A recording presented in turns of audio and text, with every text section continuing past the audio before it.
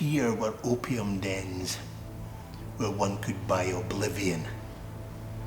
Dens of horror where the memory of old sins could be destroyed by the madness of new sins. Oscar Wilde, Picture of Dorian Gray, a description of the practice of taking opium in Victorian England. That's exotic stuff.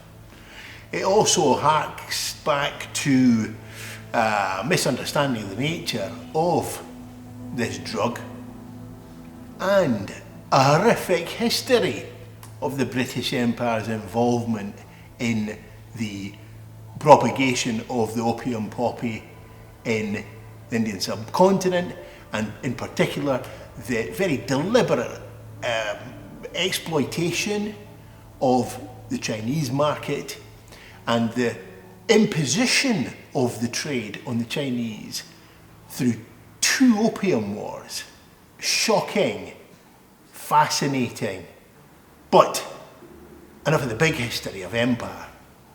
Let's look at the Victorian understanding and use of opium, or certain aspects thereof. So, certainly opium from, let's say, the age of the Romantic poets, your Coleridge, your diaries of opium eaters and so on, through to Fu Manchu.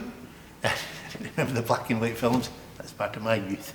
A Chinese master villain intent on world domination. Great stuff indeed, and of course an opium user. So there's brief mention of its use by the Romantic poets and in fiction, romantic fiction or otherwise. It was also considered medicinal. Okay, so one cure for the vapours that the genteel ladies of society are prone to, God bless them, might be a little tincture of laudanum. By the same token, the Victorians gave their teething youth Godfrey's medicament, I think it was called, and it had opium in it, so your bairn's out not sleeping at night because it's teething, whack out Godfrey's opium compound. It's shocking to us today. Why am I rabbiting on about Fu Manchu and De Quincey and Godfrey's opium solutions? Well, in front of me, I have a flute. No, I don't. No link there. This, would you believe, gentlemen, is an incredibly rare object because this is a Victorian opium pipe. Here we have it. The equipage associated with the medicinal, recreational taking of opium by the Victorians.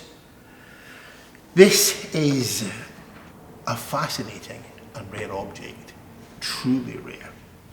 It is a faithful recreation of a Chinese opium pipe. Let me show you what this looks like when constructed. So we have a bamboo pipe stem, electroplate mounts. This little collar and socket here takes this terracotta bowl, and now you get how this works. It is literally a pipe, and this exquisite brass mounted mahogany instrument case, this could have held a telescope, let's say, is fitted for this suite of smoking implements. Pipe, lamp, unopened feel of finest olive oil for said lamp, and behold, little capsules of poison, empty, I must stress, and containing little, 1 or 2 little metallic, thimble-like vessels to carry the opium. And I'm not going to explain how it works, but if you're so inclined, here's the instructions. And there's a very well-to-do looking gentleman, because, look, I know there's the notion of the opium den, a smoky basement full of daybeds and couches and intoxicated characters. But no, this is very much aimed at the lady or gentleman, I put it to you, more likely the gentleman. And no doubt it was billed, there's little reference to medicinal uses here, no doubt it was billed as a cure for, I don't know, lung complaints, anxiety, who knows. But I put it to you, there may have been a more recreational aspect to the consumption of this drug at the time. This was found in an attic not far from here, languishing, thankfully, beautifully preserved. I've looked into this and cannot find another rare without a shadow of a doubt. For my money, it wants to be in a medical museum.